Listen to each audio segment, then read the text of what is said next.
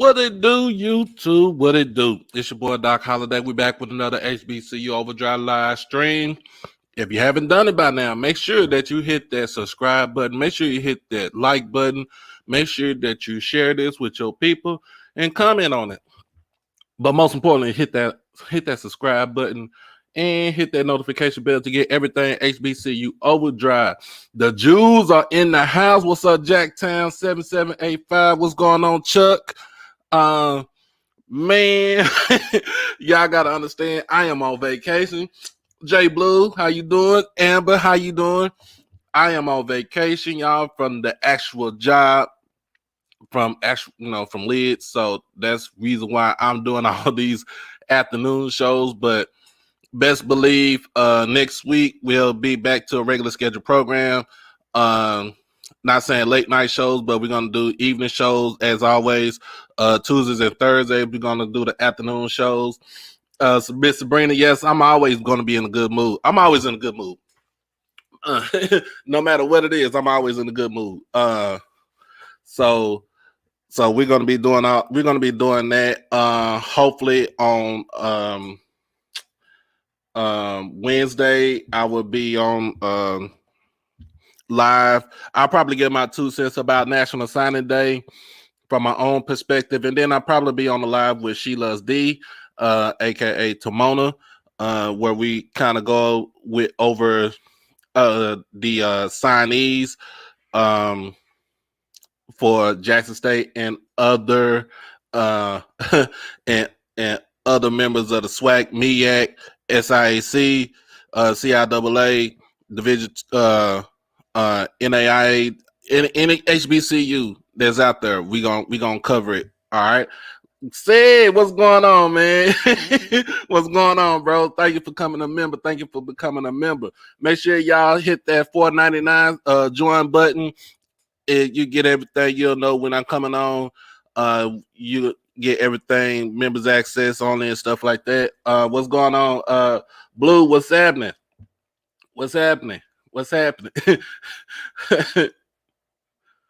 What's happening?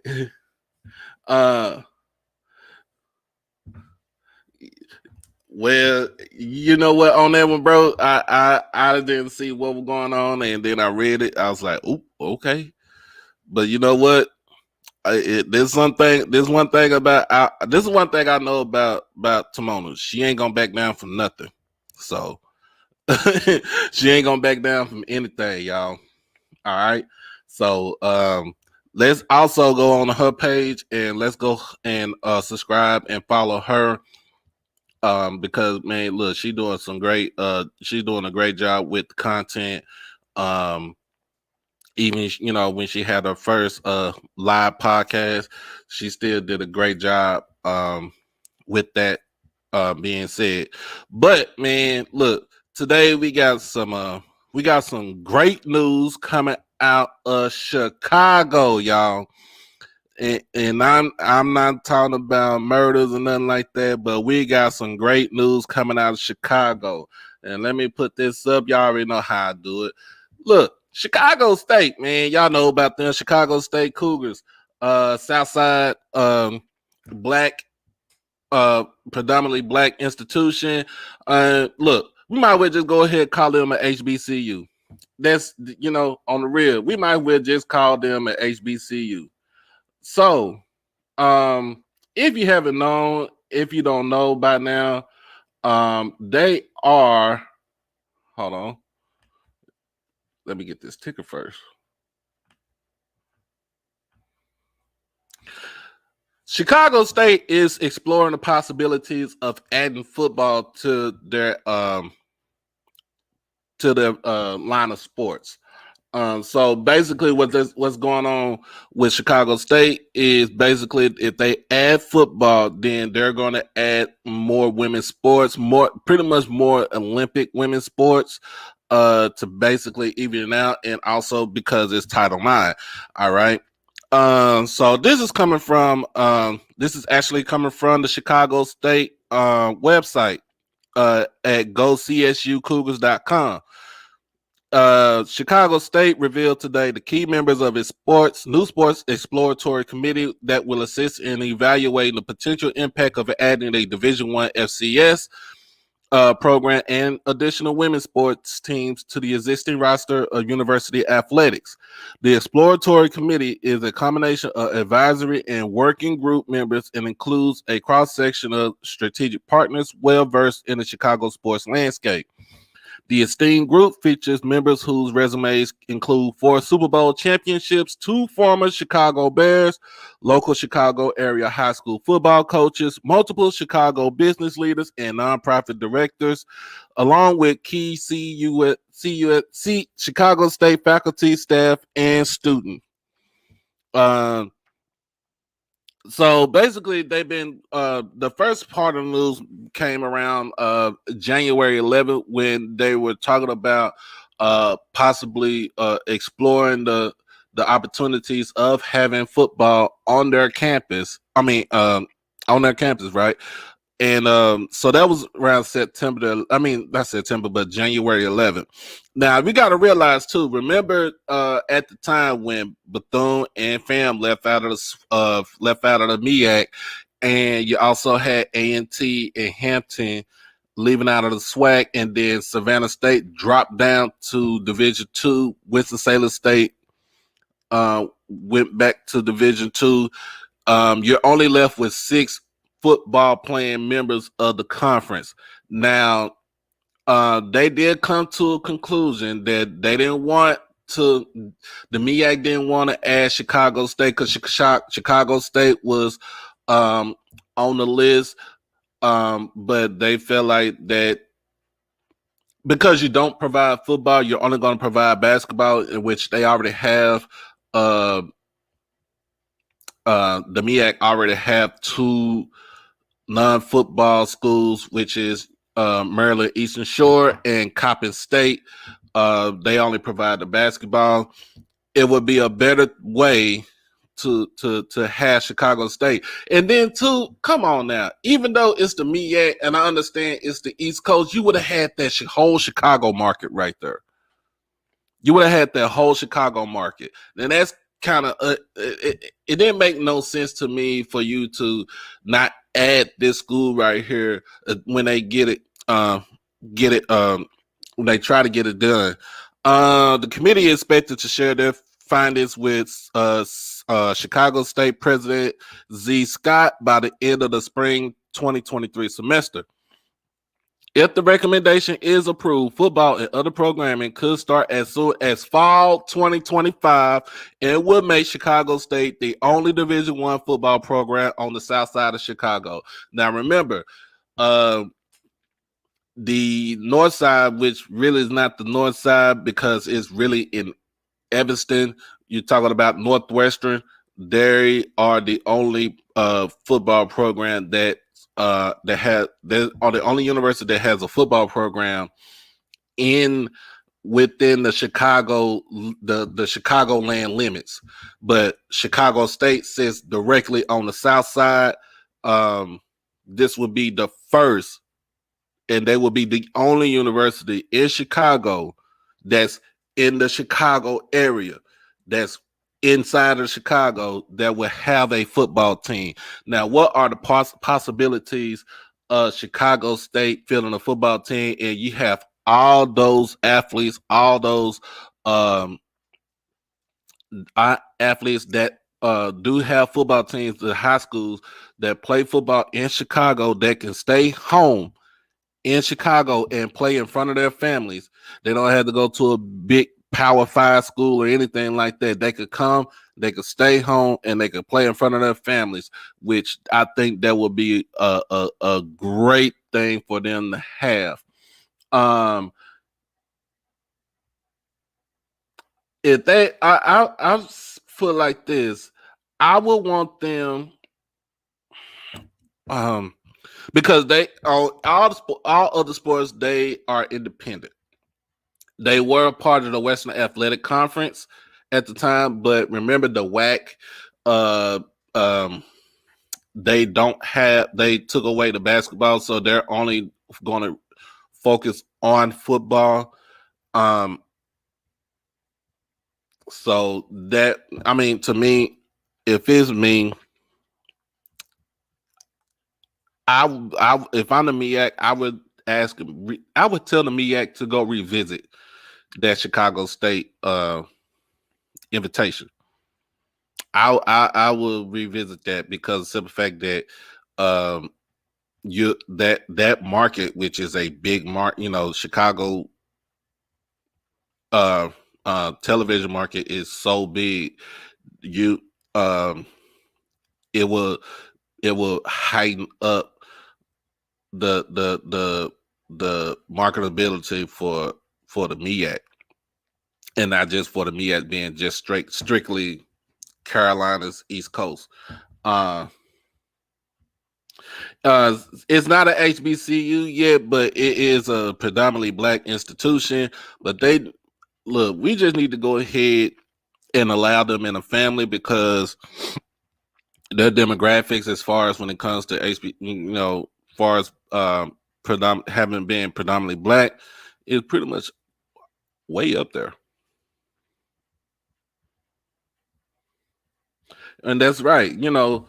DePaul, UIC, Loyola, they don't have football. All they have is basketball. Remember, Loyola had football a long time ago, and they disbanded. And it would be the only one in the Chicagoland area.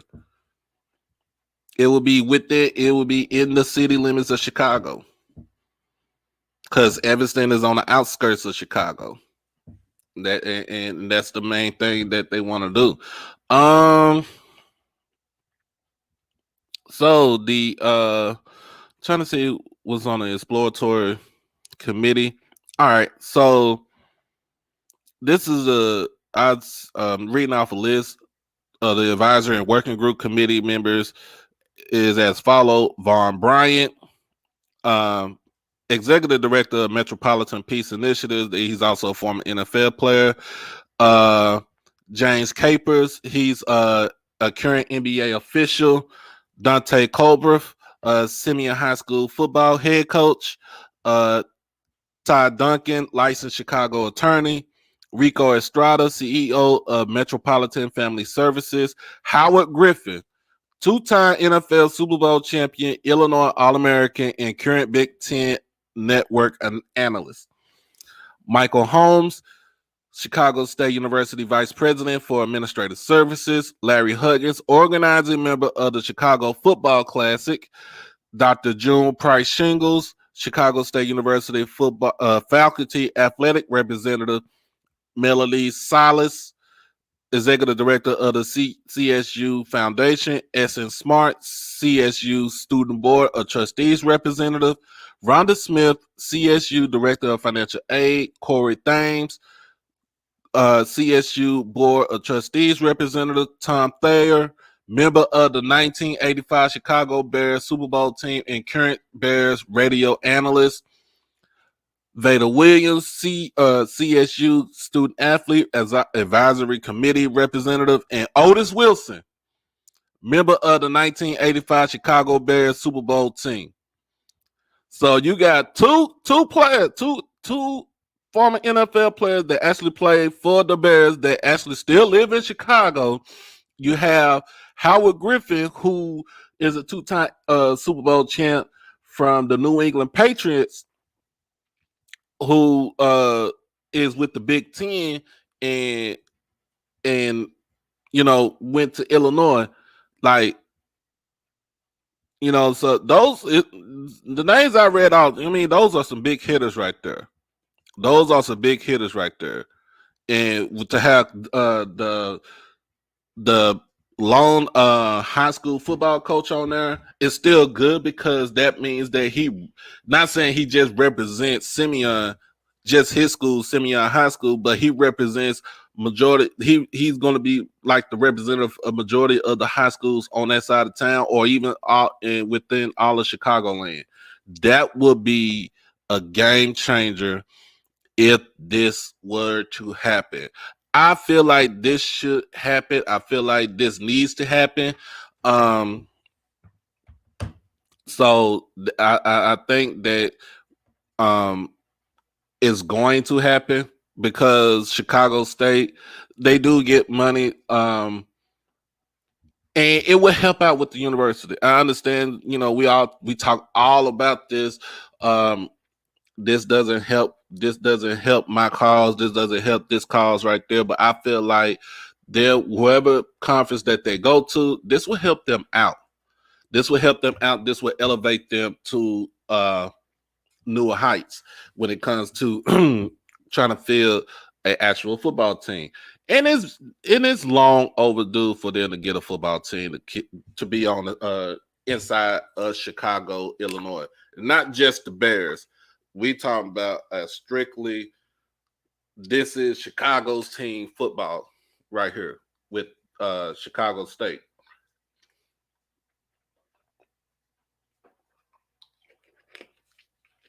So my thing is that is a good thing that needs to happen. Like I said, they should have it done by the end of the semester, which that's around between May and June. By the time they come back to school, if the president of the school likes the idea, likes what it can do for the school, and what it can do for the athletics, then I say do it. Jay Blue, it will bolster their recruitment. It will also have recruitment. If they go to the MEAC, let's just say they go to the MEAC. The MEAC can go into Chicago now. They don't just have to worry about the East Coast. They can go into Chicago and get kids to go to their school. They could go into that area to recruit kids to come to their school.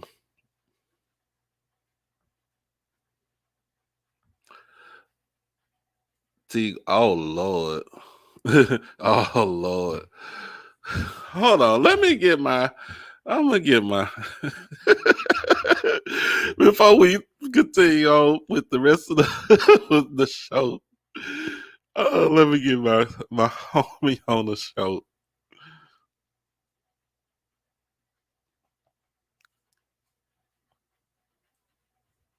All right.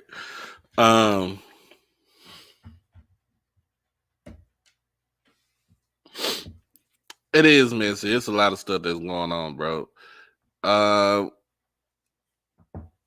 It's a no for me, dog. I get the Chicago market aspect, but the travel costs alone for me at schools would not be beneficial, in my opinion. It feels like Rutgers and a Big Ten for the New York market. I mean, if you really think about it, y'all was still traveling to like Florida. Y'all was still traveling. I mean, as far as for basketball, you're still traveling up to Maryland. You travel up to Delaware. So it's neither here or there, but it is going to be a good look. It is going to be a good look for Chicago State if they do get this, have football starting up by 2025. Hey, UTRGV is doing the same thing, and they put in over $25 million just to get it started, but also because Rio Grande Valley, they are part of UT system. So, I mean, it's all good, but it's still a good thing. You can actually explore and try to get it going by 2025, and you can do all your recruitment, say for 2023. I mean, during 2023 and then 2024, and then when 2025 comes, boom, you out there. It might not be on good footing for the first time around, but eventually I think it will flourish and it will prosper. It will flourish and it will prosper. So that's the that's my 2 cents as far as what's going on in the land of the football world. But we about to get it to the nitty gritty right now, because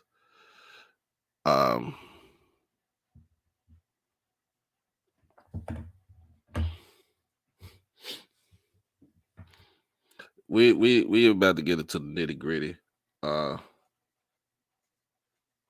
Yeah, if they go to Chicago, they may be able to get Central State to level up to FCS. And then it'll take away that uneven, highs uneven in the SIAC when it comes to playing football. But it will be a good look. It'll be a good possibility, y'all. So, look, I'm gonna just say it just like this. I'm gonna say it just like this. It's time for some folks to go into the principal office, y'all. It is time for some folks. It's time to go to the principal's office. And the first person, y'all, and the first person I'm about to send to the principal's office is none other than Ed Reed. Yeah, y'all gotta understand. You gotta excuse the how it's crowd there, because I kind of got up not too long ago and it just got this going up. But Ed Reed, it's time for you to go to the principal's office. The reason why I say it's time for you to go to the principal's office is, first of all, hey Timona, how you doing?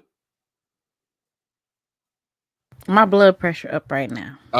Don't get your blood pressure up. But anyway, it's time to go to the principal's office. Ed Reed, you need to go to the principal's office. Understandably so, you were somewhat the spark that started this whole thing about what's going on with BCU. Those students just pretty much hijacked it from you and went along for their own, because they are actually tired now of what's going on at Bethune-Cookman.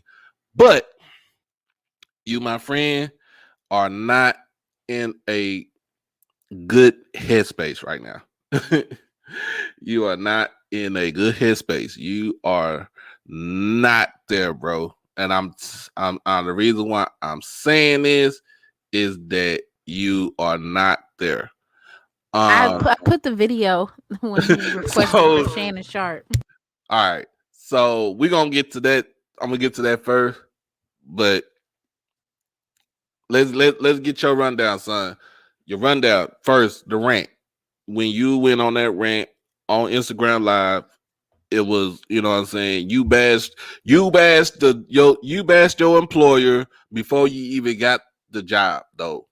You have the job, but you bashed your employer all the way up to the point where these people said, we're not going to ratify that contract. We're not going to ratify that contract. We're not going to do it. We're not going to sign it because you done besmirched my name. You done besmirched the name of Bethune-Cookman. You done besmirched the name of Miss Dr. Mary McLeod Bethune. You besmirched everybody that's at that school. But I don't know if you did. I don't know if you besmirched everybody, but I know you besmirched a couple of people. I know somebody draws it in a bunch right now. One person's name is the Honorable Retired Judge Belvin Perry Jr. Esquire.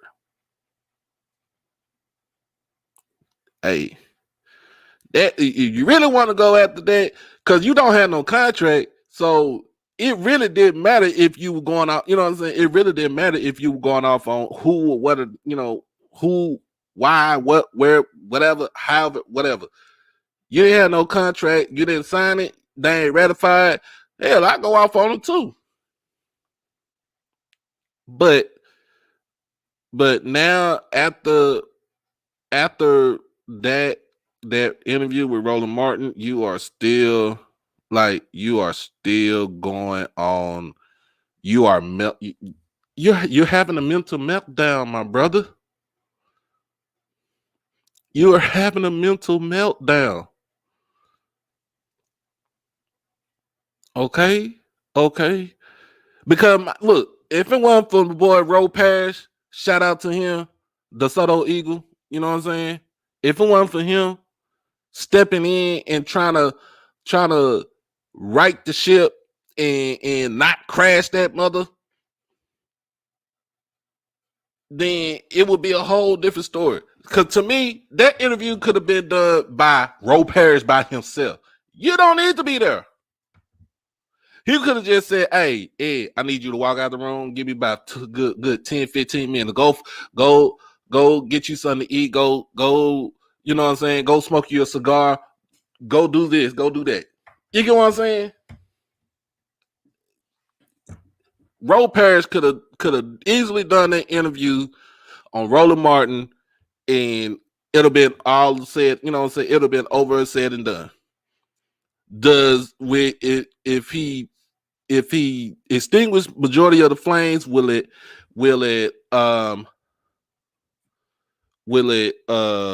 get you to another head coaching job? Probably not. But I mean, it will save you face. It will save you face. Why you say he is expelled? That's what happened to him. He got expelled from HBCU, any head coaching position on any level, I would venture to say. He can't get hired nowhere, and he's doubling down on it. But you see, there's a change in the words that are being said with regard to Ed Reed now that he's going in on Shannon Sharpe. Now all of a sudden is he should have kept that private. He shouldn't have been putting out those DMs. He wrong for that. All right. So here's another person that needs to go to the principal office. Like we already said. You just mentioned him, Shannon Sharpe. All right. First of all, you I took this picture right here. I'm like, bro, you ain't gonna do nothing to them boys from Memphis. Steven Adams is 7 foot tall, about 275 pounds. Steven Adams is strong as an ox. If he would have if he would have just reached and grabbed you by your shoulder, bro, you was going down. You are going down. You weren't gonna get no smoke. The only person you were gonna try to have smoke with was Ja Morant's daddy T, aka Usher Jr. Come on now. You weren't gonna do, bro, you weren't gonna do nothing. All that huffing and puffing. And then you see why you make a mockery of yourself on the show. You ride LeBron's balls all the time, and Skip Bayless be getting your ish all the time. Skip Bayless. If y'all don't understand, that Skip Undisputed is Skip Bayless's baby. That's his baby. That's his thing. But first of all, you should have never said nothing to this man in the first place. He already unhinged. He already unhinged. All right. So you should have never said nothing to this man in the first place.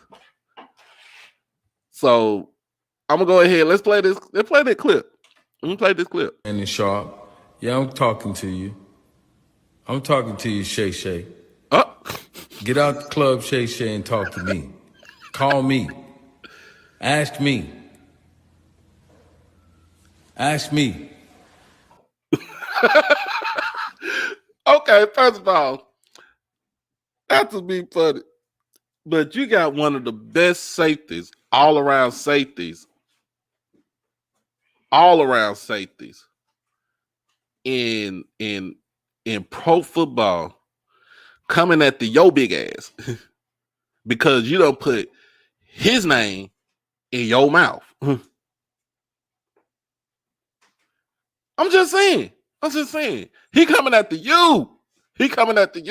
And he already unhinged. You really want that smoke from him? Do you?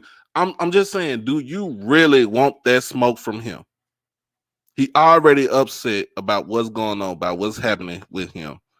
Do you really want that smoke? All right. Let's continue. And I tweeted at you, and I called you that, because I need you to come out. You understand? This ain't focusing on negativity. But I need him to call me. See, he's a Hall of Famer. I'm a Hall of Famer. He's a Hall of Famer. I'm a Hall of Famer. All you have to do is just call me.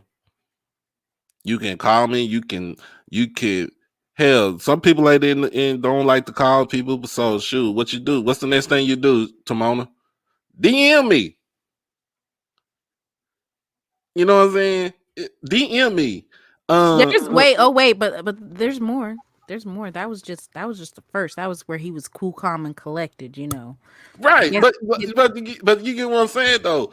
We live in an age where most of the time now we don't really say let's text me. We'll say DM me, or you know what I'm saying, DM me. That way, like if you're on Twitter, I'm on Twitter, man. Just DM me on Twitter. We could have a conversation. We have a dialogue.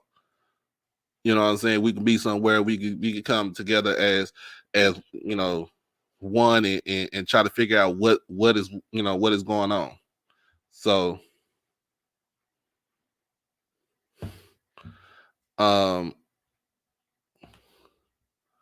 so let's finish the rest of this up right here. Put the Hennessy down and come holler at me. You want to yell across the court at basketball players? I'm yelling across IG. Straight up. Because you got your story wrong. You got your story wrong. And I know you like to fix it because you on that fence, you dig?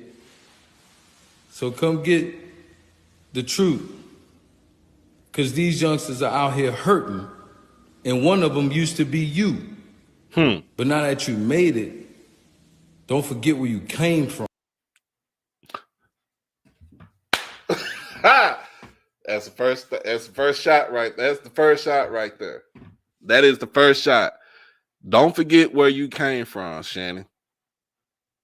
And we're gonna get to that what he said on that next one too. All right. So therefore, Shannon Sharpe, Club O'Shea, Uncle Shay Shay, the owner of Club Shay Shay, the biggest LeBron James D rider that's on TV right now. We told you, man, don't forget where you came from. Cause you from them HBCU streets. He ain't. He came from the U, but he knew what was going on at the U when it was nothing out there. But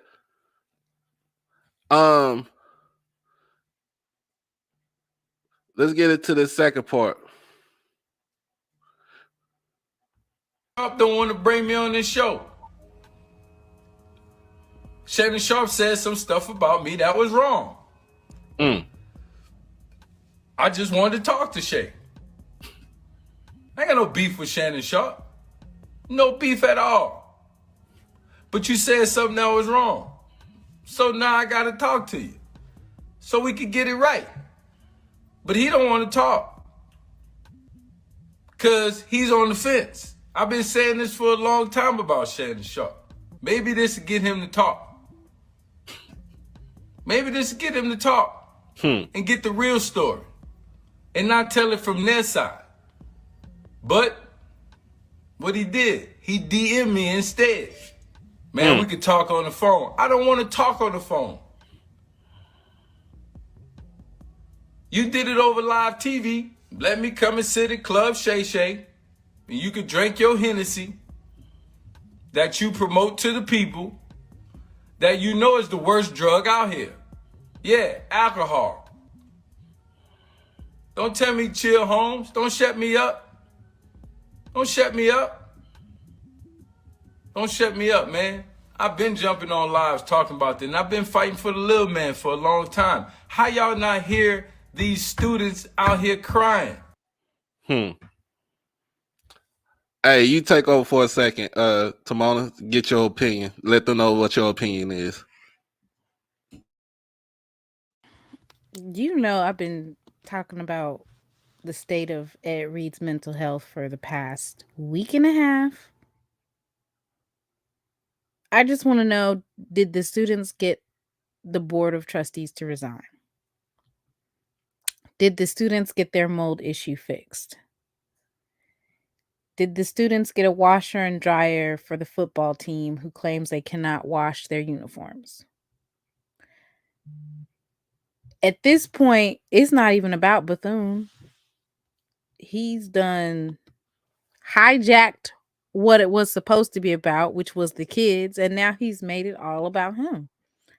And that just goes to prove that it was all about him to begin with.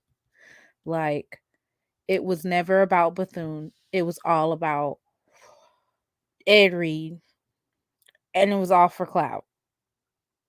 Interesting enough, the same people who were Ed Reed fanatics are quiet when he attacks Shannon Sharpe, or they're saying, "Oh man, you should have kept that. You should have kept that to yourself. You should have you shouldn't have shared that. You shouldn't have did that. Why are you exposing the DMs?" It's like, "Huh? What do you mean? It was okay when he was exposing Bethune-Cookman. Oh, they need that. That's what they need."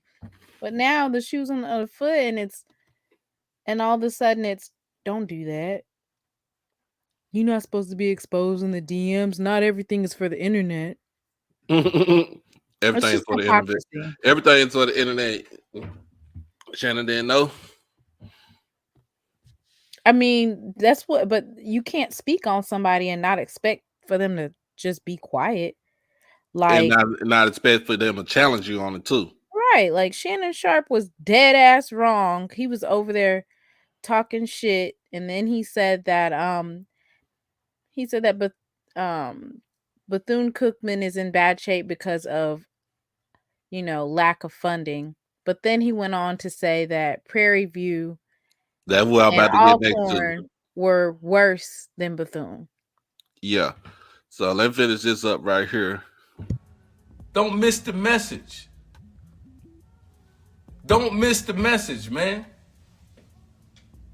We still fighting to get into the fight. I want to coach these kids. They deserve a good coach. And no coach in their right mind should go over there right now. Wait, so no coach should go over there, but you want the coaching job? What are you That don't talking even make about? logical sense.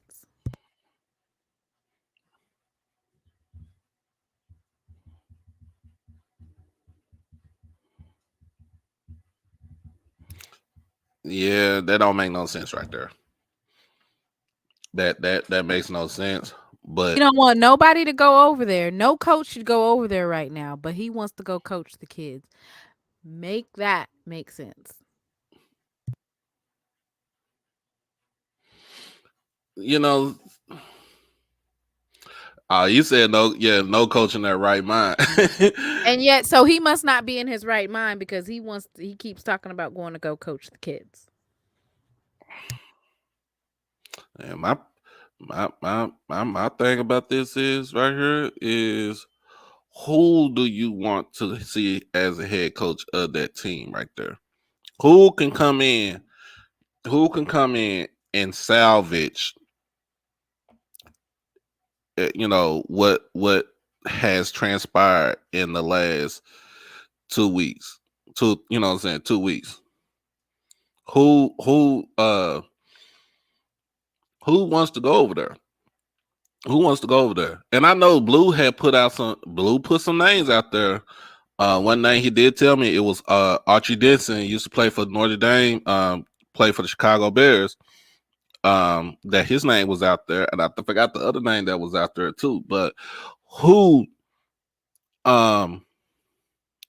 wants to try to fix that whole situation up right there? And the and my thing is too, on this note right here, who do y'all want to see as the athletic director for that school? Because I'm gonna be honest with y'all, Reggie Diaz ain't cutting it for me. Because his whole role is to be a basketball coach. He got hired on to be a basketball coach. When he first got there, he was hired on to be a basketball coach. Then when they slashed that budget, then he took on the role as the AD also. So, but that's you do need to bring an interim coach up in there, so they can actually get through. They can just go ahead and get through the recovery, and then they'll come around and find out who is going to be the next head football coach. Now, the interim coach can actually go in there and make a way for a lot of things that Terry Sims couldn't do in the last 2.5 years. Then you keep that person on right there. Hey, Kufu, if you have not been watching this show, if you haven't watched the last couple of shows, we've already talked about misappropriation of funds. We already talked about the board of trustees. We already talked about the interim president. We talked about everything under the sun about Bethune-Cookman. So if you want to go ahead and check that out, just go back and check out the other shows on there. But I'm going to just let you know, do not lump this in with all HBCUs. Please do not do that, because if you do, I will kindly show you out the door. This is a Bethune-Cookman situation. What we talking about right now is an Ed Reed versus Shannon Sharpe situation. It really ain't no situation. It's just a back and forth with two old-ass Negroes that's having a nigga moment right now. So we're going to continue. Did you get any updates on whether or not What are you talking about, man? We fighting to get back into the fight. There's a fight going on for these young people. Don't y'all understand there's a fight going on for these young people? And we fighting to get back into the fight? Because we was building. We were building. I was cleaning up too. Yeah, I was the head janitor. But they on some real stuff, they had good people helping. They had really good people helping. I could call their names out, but I'm not going to say their names. They had some people over there helping. For real. Jeff Fagan ain't one of them. Jeff Fagan is not one of them. They had some good people over there helping, but he ain't one of them. Shannon Sharpe, lying. But y'all believe everything Shannon Sharpe say. Why? Because he said he got Hennessy in the Black and Mild? That's why y'all believe Shannon Sharpe? Woo, he putting them on flames right now. Ooh, not the headed janitor. Ooh. The head janitor. Oh Lord, he is putting them on. He telling Shannon Sharpe, go mop them floors. Go mop them floors. He is blasting these people, man. He is blasting Shannon Sharpe, bro. You cannot come back for this. You can't. I'm about to end that. Look, this I'm about to end because he done cooked them. He cooked them. He cooked them. He cooked them. So we gonna go back to that was the funniest thing right there. But yeah, we gonna go back to you, O'Shea Sharpe. I want to go after the NBA player, the Memphis Grizzlies basketball team, because they up there messing with my guy LeBron. LeBron, a grown ass man, he can take care of himself. FRF channel, how many NFL scouts did JSU have coming to the practices before Prime, and how many uniforms did JSU have before Prime got there? How many NFL coaches did JSU have on staff before Prime got there? Sir, this is not a Jackson State issue right now. We're talking about Bethune-Cookman. And Miss Amber, can you please escort Mr. FRF channel out of the space? Thank you.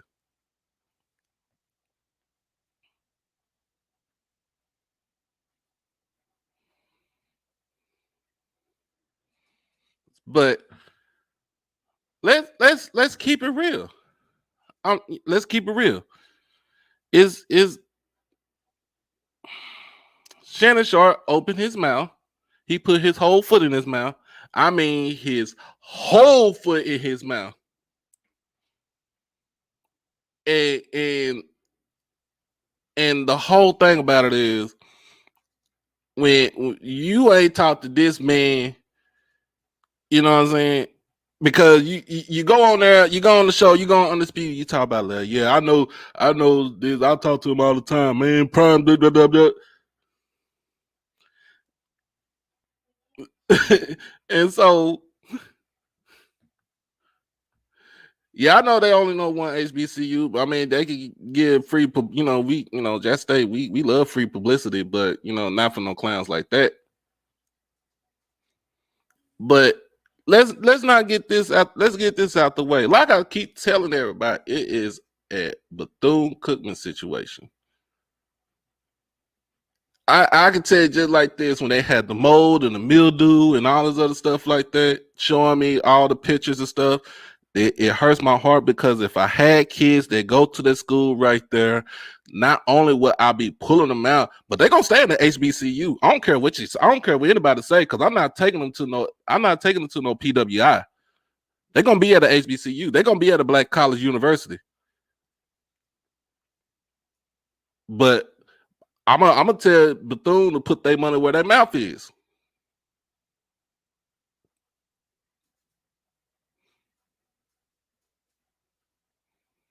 And it just I'm calling a spade a spade.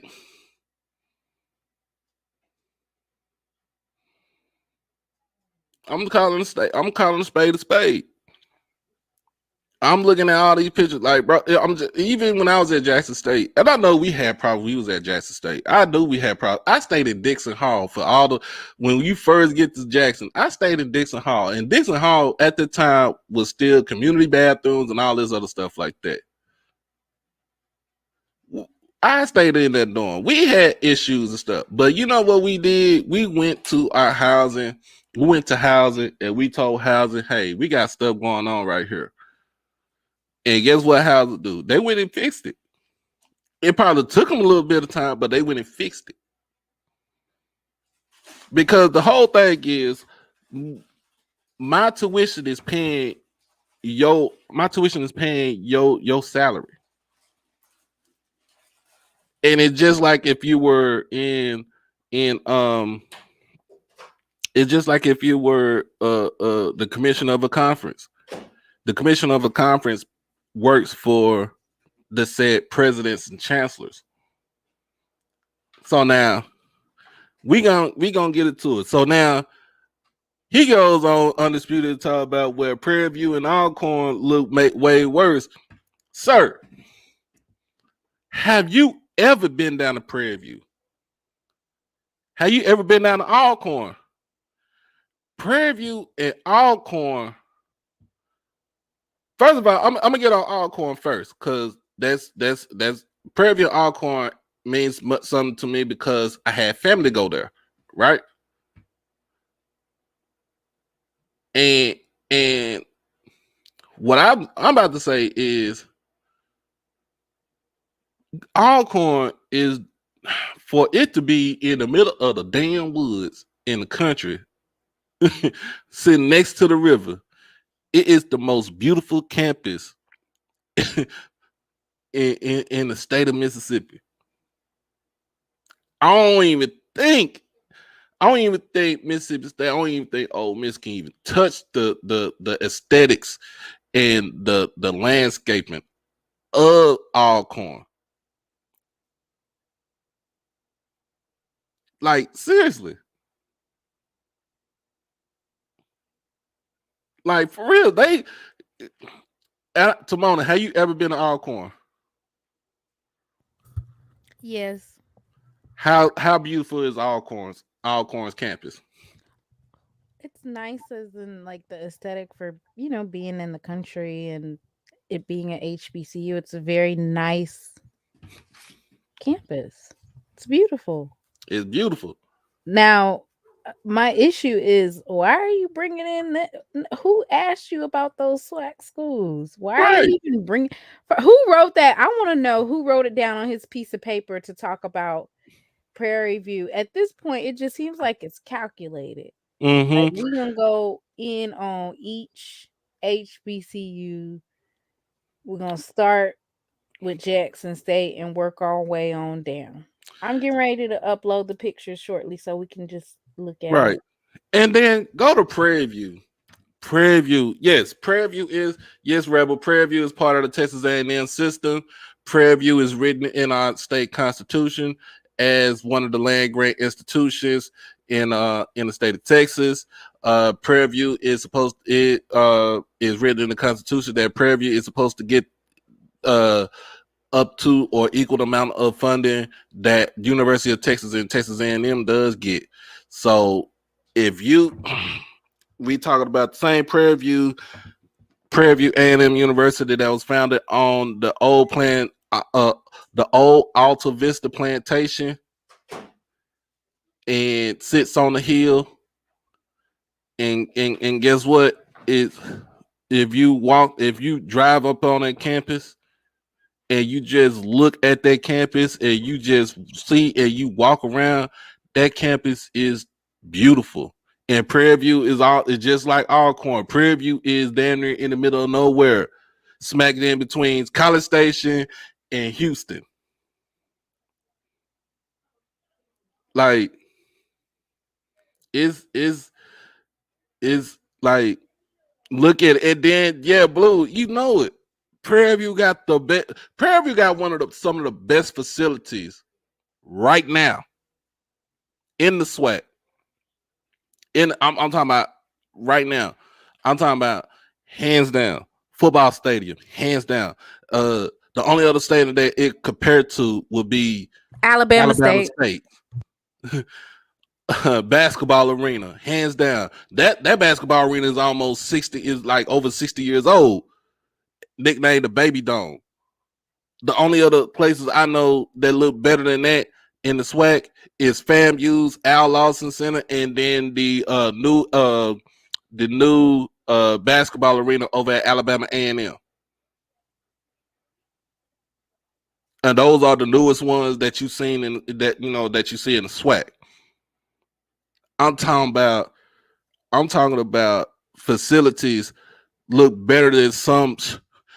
I'm talking about some facilities that look better than freaking shoot. I say SFA and Sam Houston put together.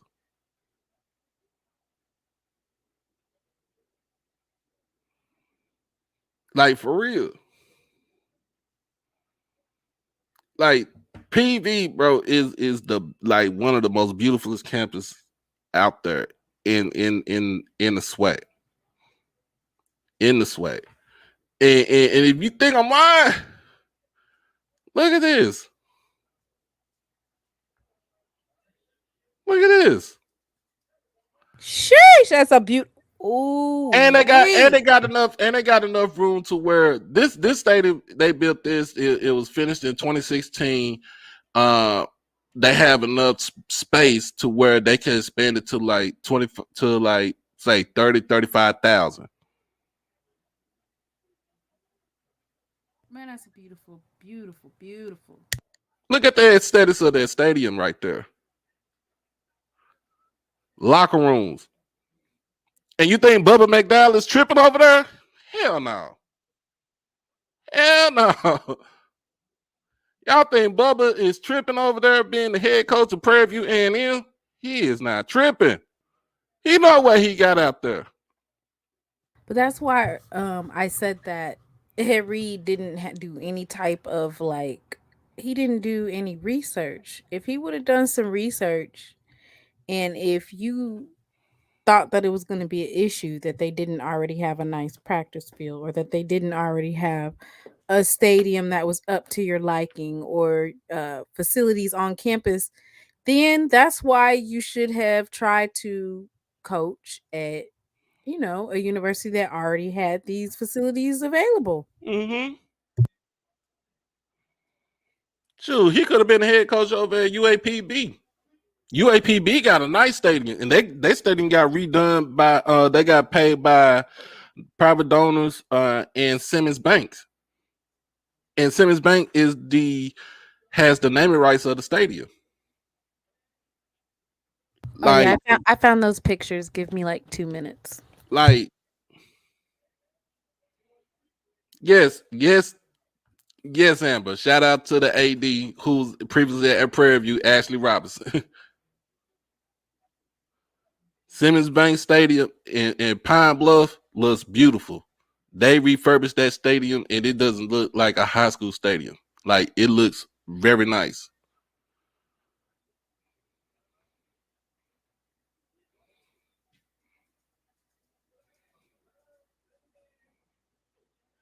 I mean, bro, we know Ole Miss, but I'm gonna just say it just like this. I mean, if Ole Miss Ole Miss didn't have to grow, Alcorn and Prairie View would have blew them out the water.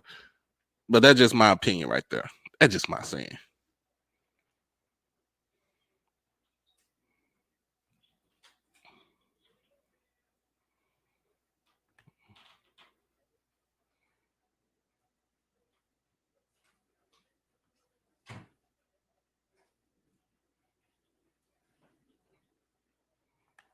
That's my saying right there. But in a sense, you got it. Oh, you already got it up. This is Pine Bluff right here, y'all. Pine Bluff. Don't tell me that stadium don't look nice. They made sure they renovated that stadium to the point where kids don't want to come out there to play.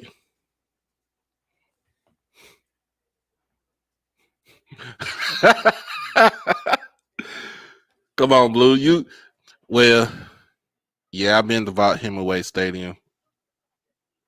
Yeah. Sheesh, they basketball, UAPB's basketball court look nice as hell too. Yeah, they got money. I'm gonna put that up there too. I ain't say they got money, but they got a way to where it looks nice. For Shannon Sharpe to fix his mouth to say anything about any HBCU, especially in the SWAC, bruh.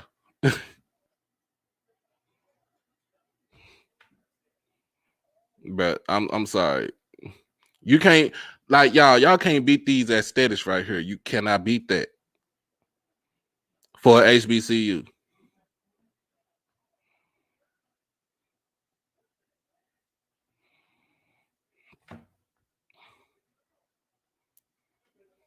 And y'all know how I feel about we needing the stadium, on campus. I just feel like, look, we could take the stadium what we got right now and just renovate it and just modernize it.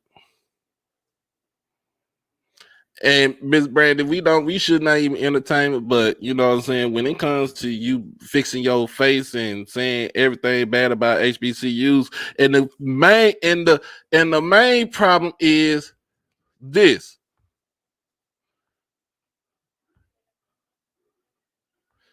You are one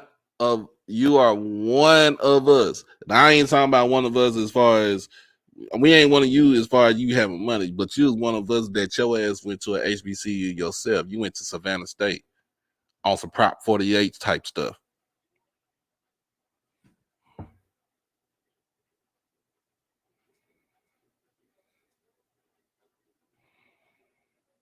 Like, on the real, for real.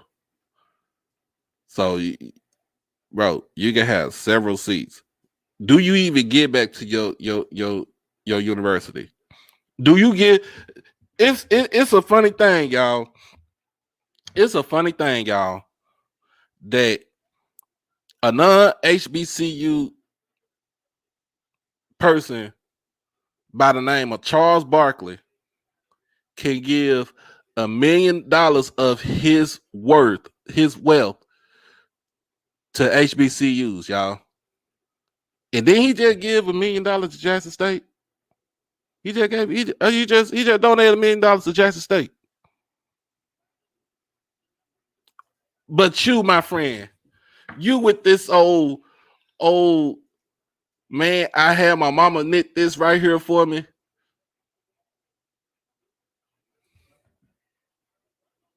Like, you don't give a do you give a dime back to your school? You give a dime back to your school? I don't even think you give a dime back to your school. I'm looking at these aesthetics right here. Like, like we got the stuff, man. And like I said, I'm always gonna continue to fight for, see what Bethune-Cookman is going through, because at one point in time we were all in those kids those kids' shoes in a situation.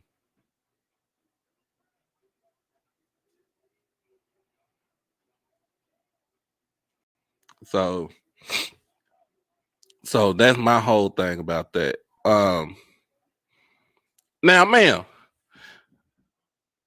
I'm gonna keep the principal office tag on here. Tell me, why do Roland Martin have to go to the principal office? Now, why you getting me started on that no neck man? Who's Why do being he have to go to the principal office? I want to know why. What? Come on, I want to know why you put Roland into the principal office right there. Roland Martin benefits off of black pain, black issues.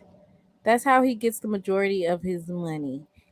But instead of advocating for black people, black bodies, for all of these different things, he is helping like inflame the situation. Right.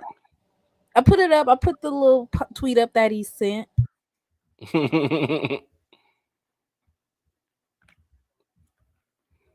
Did you put it up? Let me see. It must not be. Oh, this. There you go.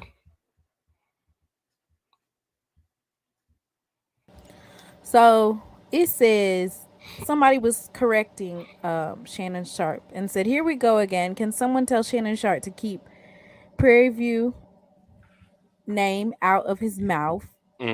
Sir, both Prairie View and Alcorn State have some of the nicest rural HBCU campuses in the nation. Both are historic land grant state supported institutions. You seem to love being wrong. So this fat no neck proceeded to say, "Folks, chill. I talked to Shannon Sharpe. He meant Mississippi Valley State." Now, what did he think about that was funny? Like, why would you think speaking ill on, doubling down and speaking ill on another HBCU, why would you think that's okay? When these HBCUs, when CNN fired you, they reach out to you to ask to speak at their commencements. Why would you think that's funny?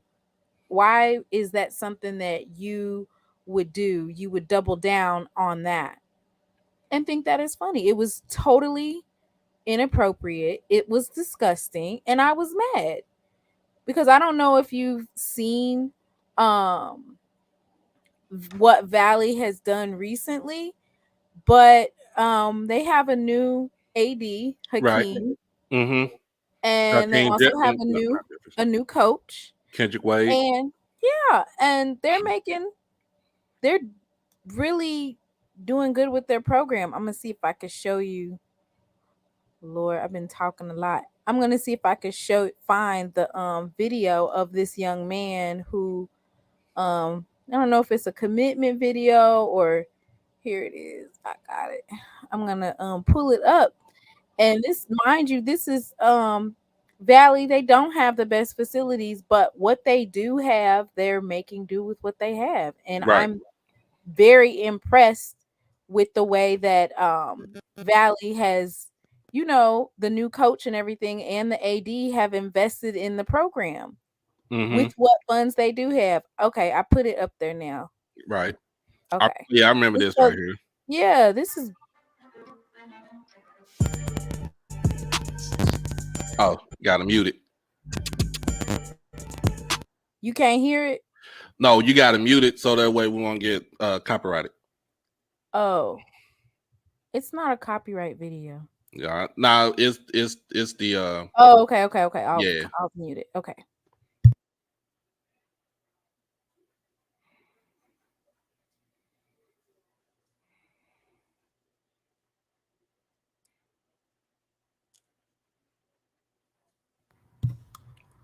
Like, that's a nice video. It's a nice video, and like you said, Valley's doing with what they have, because of the simple fact that they don't get enough for them funding as far as from the other HBCUs in the state of Mississippi, like Jackson State and Alcorn, but they make do with what they have. And as I explained earlier, that the reason why Valley is even more so underfunded than Jackson State is because it took them longer to hit that 10% non-minority.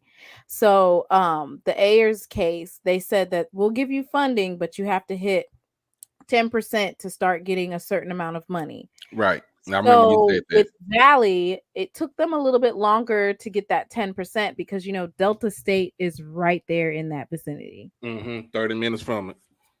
So, if you're going to choose between Delta State and Valley and both and the amount of revenue that went to Delta State versus Valley, a lot of people would choose to go to Delta State. So it took them a little bit longer. So the fact that Roland Martin thought that it was okay for him to double down on his ignorance, and you're supposed to be a so-called advocate or someone who supposedly is looking out for the Black media, like, what? Come on now, bro. Right. That's you can't be an advocate and speak at HBCU commencements, and then when everybody else is cracking jokes, you think it's okay for you to joke too. So now I want to joke on you and the fact that you got fired from CNN. Like, I'm gonna joke on you. Is that funny? It's not funny for you, so don't use HBCUs as punchlines.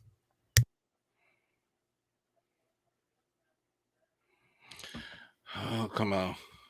Understandably so, man. Well, that's something that we gonna work on right there.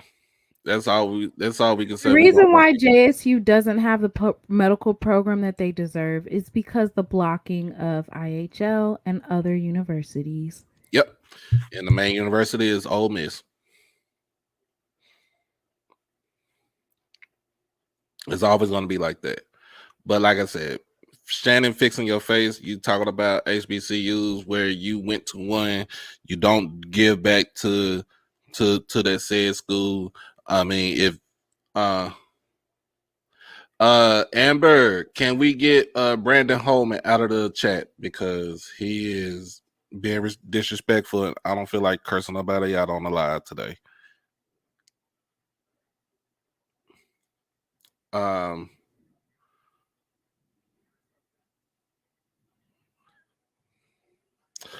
Let me see what you got. I'll be right back. All right, go ahead.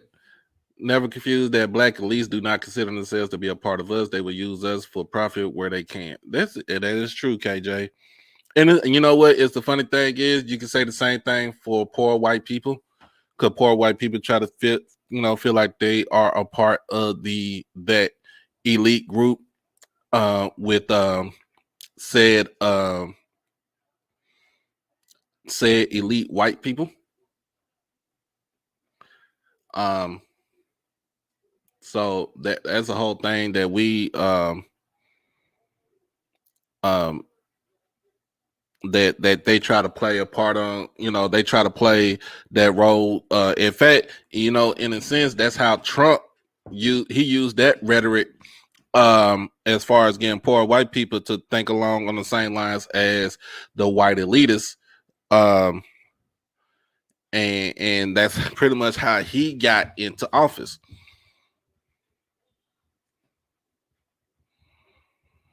But in the end, every go to the principal's office, every been expelled. That's what we say. Every has been expelled. Every you are expelled from from even being a coach for not even just a HBCU, but just in general for any college or university. All right. And like I said, Shannon, I want to scream across the court to basketball players talking about you can't do nothing to me. Bro. Have a whole bunch of several seats, and I think that's the reason why you got, in a sense, it ain't cool, it ain't funny, but you got checked by Skip Bayless that day, and you let him check you. You let Skip Drip Bayless check you on his show. It ain't your show, it's his show.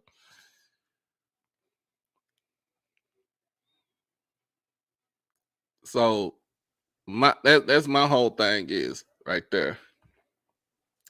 Roland's well, the damaging narrative that Prime has been peddling behind the scenes. He told me it's business and we need to learn to do business.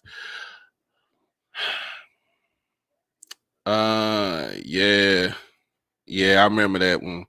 So on it, you know, at the end of the day, at the end of the day, we yeah, he got bored by Skip Bayless. And Skip Bayless is not that type, like really Skip Bayless ain't that type of person that just do some that just would just bust out with some crazy stuff like that. Because if you don't know the background about Skip Bayless, you know what I'm saying? As far as because he told it on his podcast about who he was and who raised him. And so but for Shannon to kind of, first of all, I'm just tell you like this: Shannon, don't bite the hand that feeds you, because if it wasn't for Skip Bayless, you wouldn't be on Undisputed.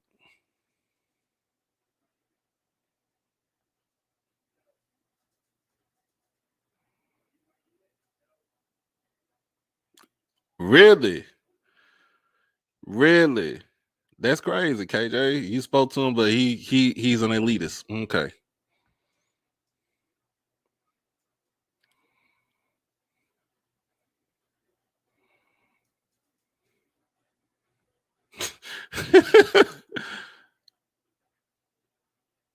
And it's a funny thing because you watch that game, you watch that clip, that whole clip, like Dylan Brooks. First of all, Shannon Sharpe should even be yelling at the players on the court. First of all, Dylan Brooks out there doing his job. You know what I'm saying? Um, you know what I'm saying? Trying to shake it back on LeBron. You know, then you still yelling across the court, and Steven Adams get a hold of it, and you basically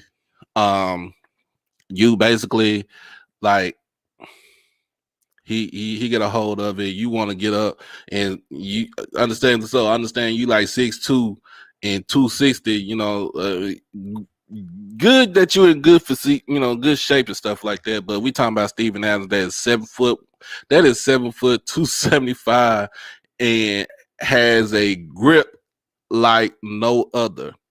So I do not think you want one of that smoke with that dude right there. And Stephen Adams don't really even say too much of anything. He's just a protector. But on the other hand, Ja Morant, you go at Ja Morant. You don't think Ja Morant his daddy ain't gonna come around there and say some ish to you too? Come on now. Come on now. You know what Ja gonna be. You know what Ja playing. T gonna be right there with his son right there.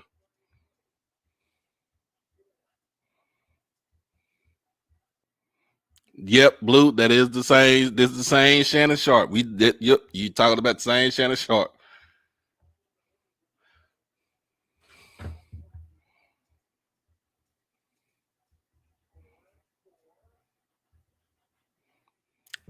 And Sonny Boom, you said something right there. They claim they're for black people, but they're really for black people in our class, and that is true because if you ain't got the money, then why? And it is the crazy thing. Like, yeah, Prime, you want to do stuff, you want to help out the kids. You have your truth, your truth, youth football program that started in the hoods of Dallas, you know, and Oak Cliff and stuff like that. But and the crazy thing is, you took your trust fund baby kids, and played out there with those dogs out there because they hungry. They not like us. They not like us. They're not like us. You're not like us. You knew how it was to be where we was at, and I feel like you done bumped your head and forgot where you came from too. Can is that right to say? Is that right? Is that right to say, y'all? I think Prime done bumped his head and forgot where he came from too. Because a lot of people, when they get money, we get money and stuff. Not saying everybody, but I'm just saying some, most people, they get money. They forget where they try to be all Hollywood and everything, but shit, they forget where they came from. And then reality hit, it had to drop their ass right back down, to where we at.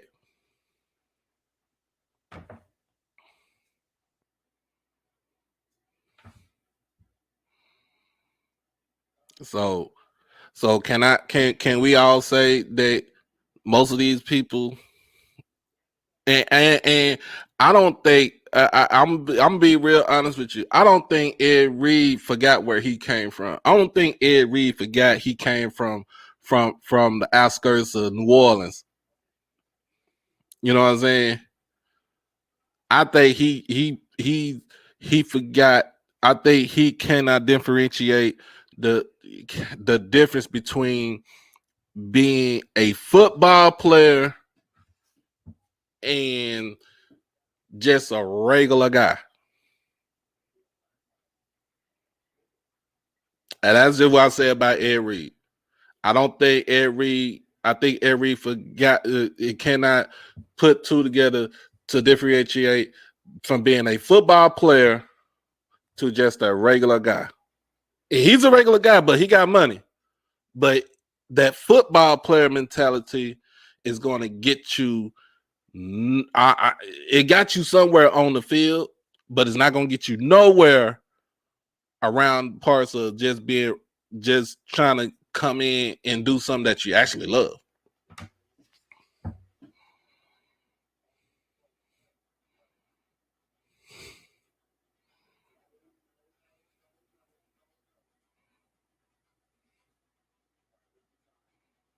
So, and and we always the main thing about this is always going to be what Ed Reed spoke on last weekend, a week and a half ago, was the catalyst to what these kids are doing at Bethune-Cookman.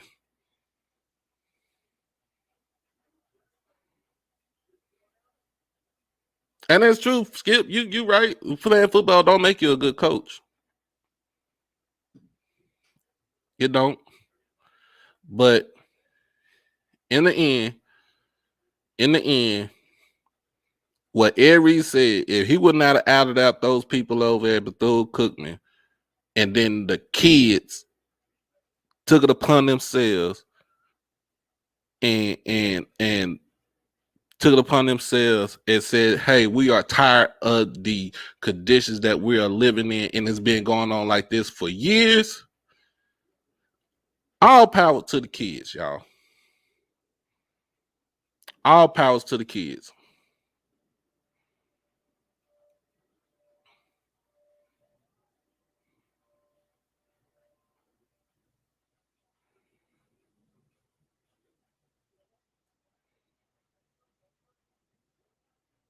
So that's my main thing right there. That's what I'm going on with as far as the show today, if you don't know by now, if you don't know, if you heard about what I said yesterday, tomorrow, if I'm gonna see if I get the full on approval, but I will have JSU's great Sylvester the Cat Morris on the podcast tomorrow at 12 o'clock. So please, please, please don't miss out on this show tomorrow. I did hit him up on Instagram. Friends on Instagram, friends on Facebook. Hopefully he did accept it, because I will say that he did he did say he said, he said he got me. He told me to give me a date and time. I was like, you said, what are you doing this week? He said Friday at noon. I'm like, okay, cool. Boom, shoot. I can go ahead, get the thumbnail straight, get all that down, and sent it to him. Hopefully tomorrow, and I'm gonna hit him up before tomorrow before to get on the show. But in the end, man, y'all make sure y'all check that out tomorrow. So I will get y'all heads up tomorrow around about, let's say 11 o'clock. No, not 11, about 9:30, 10 o'clock, and see what's going on. If everything is still going to be good, cool, and good, then we're going to have that show right there.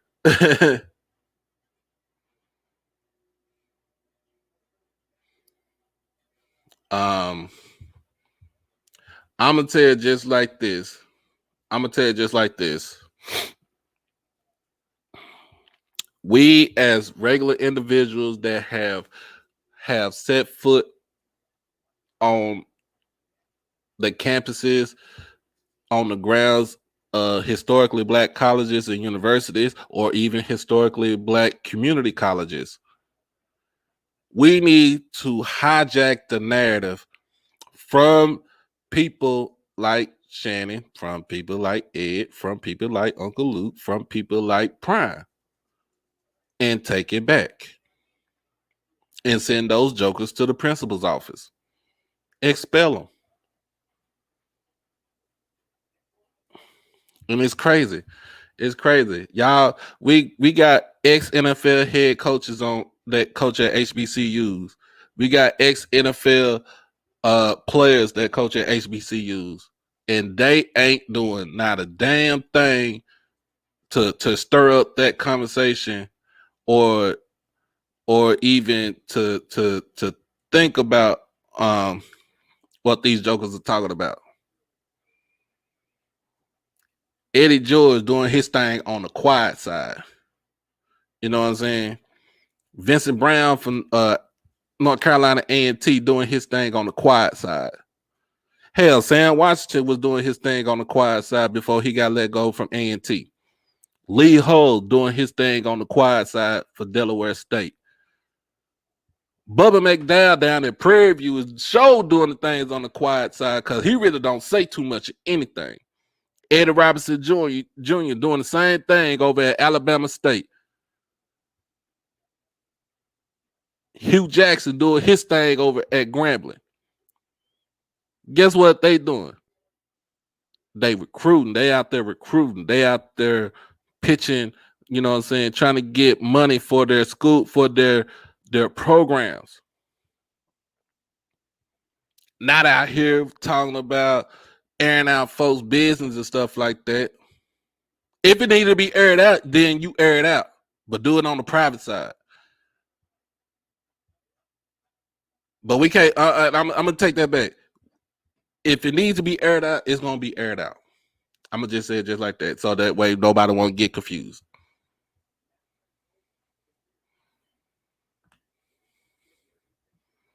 All right.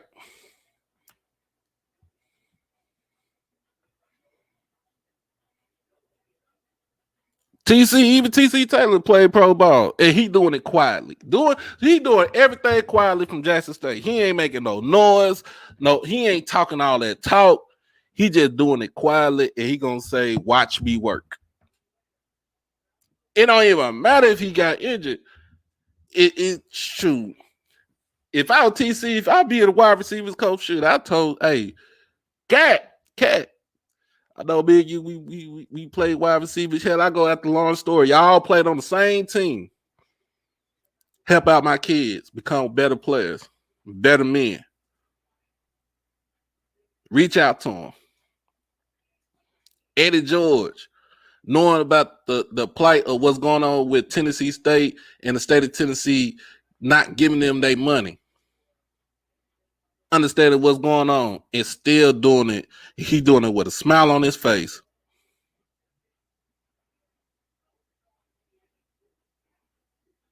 Shoot. The biggest person that don't really say too much of anything down there at Alcorn, Big Fred McNair, Coach McNair, don't say too much of anything. You don't really hear a peep out of him. And he just doing what he doing down at Alcorn. Because why? The man done won 4 SWAC titles with the 4 Celebration Bowls. Come on now.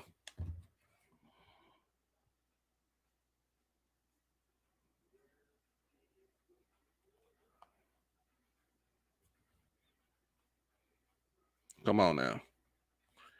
And Fred don't say jack. Fred don't say a word. But if Fred upset about something, you gonna hear from him.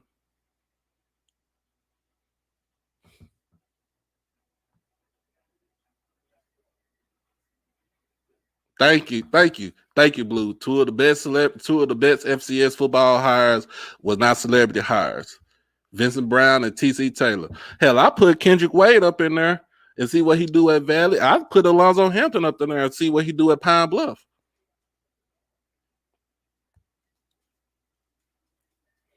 But what Bethune-Cookman gonna do as far as their head coach? Where they gonna go with as far as their head coach? That's my whole thing. That's what I'm gonna ask. And will we continue to ask? Because guess what? Signing day is next week. Signing day is next week. And like I said, Bethune, you better get your affairs in order, bro. You better get your affairs in order. And I always keep saying this. Dr. Bethune, she found that school with $1.50 in a dream. And she did not like, she don't want it. She did not picture or envision her school to be like that.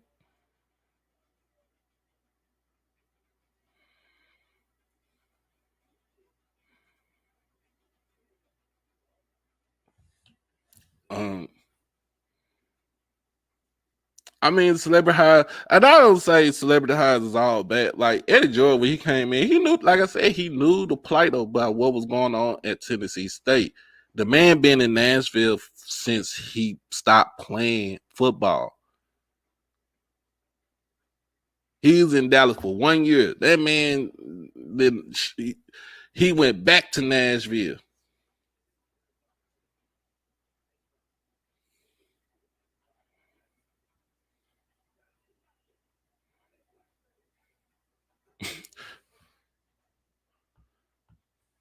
Don't hire a celeb. Now, I'm gonna say it like this, Amber. If I do hire a celeb, they have to understand and they have to know the plight of our said school that they're looking at. Not saying all HBCU, but just said school that they're looking at. So I won't even trip on that if it was another celeb, but don't be the celeb where you just down the whole school or you lump all HBCUs together.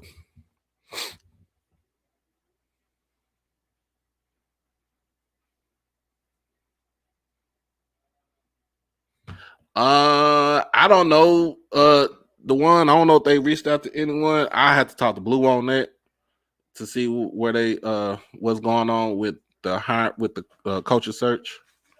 So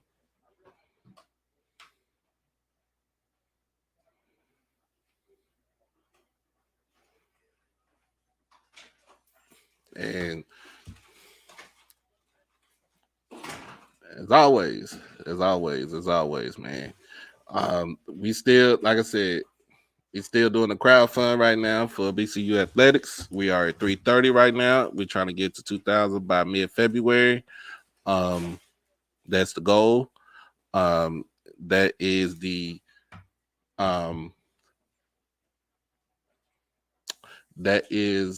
Cash App handle, as always. So if you want to, go ahead and do that. You can do that. But also spread the word, let people know what I'm doing. And to me, it should be all good. It should be all great. And like I said, I still feel for the kids. I still feel for what's going on over there. So let's help these kids out.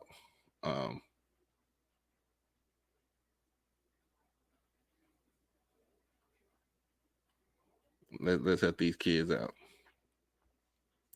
Like I said, shout out to Chicago State for exploring the possibilities of adding football to their Legion of Sports programs that they have. If they do accept, if the president of the school accepts the findings, the feasibility feedback from this committee group that I named earlier in the show, look to have Chicago State add football by fall 2025.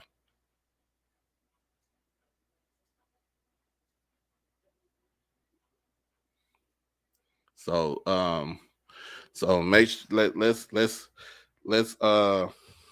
and the crazy thing is Chicago State in the HBCU, but it's a predominantly black institution.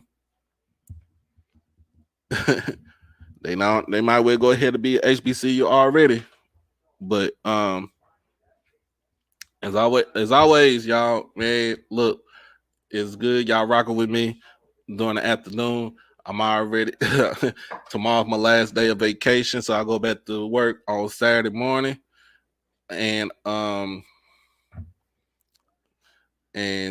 we still gonna do it. So get a good thing as do a good deed for today. Do a good deed every day. That should be the motto for everybody right now. Do a good deed every day.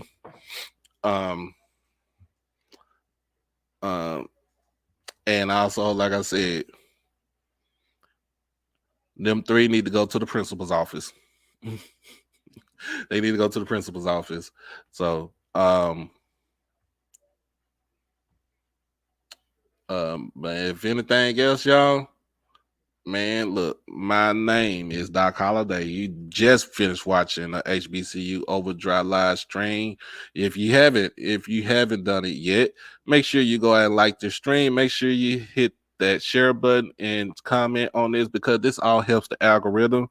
Also, make sure that you are subscribed. And if you want to be it's an exclusive member of the channel, all you have to do is just hit that join button for $4.99. But this is HBCU Overdrive Live, where HBCUs matter. I'm your boy Doc Holliday. We out this thing. As always, be blessed, stay safe, and stay dangerous. Peace.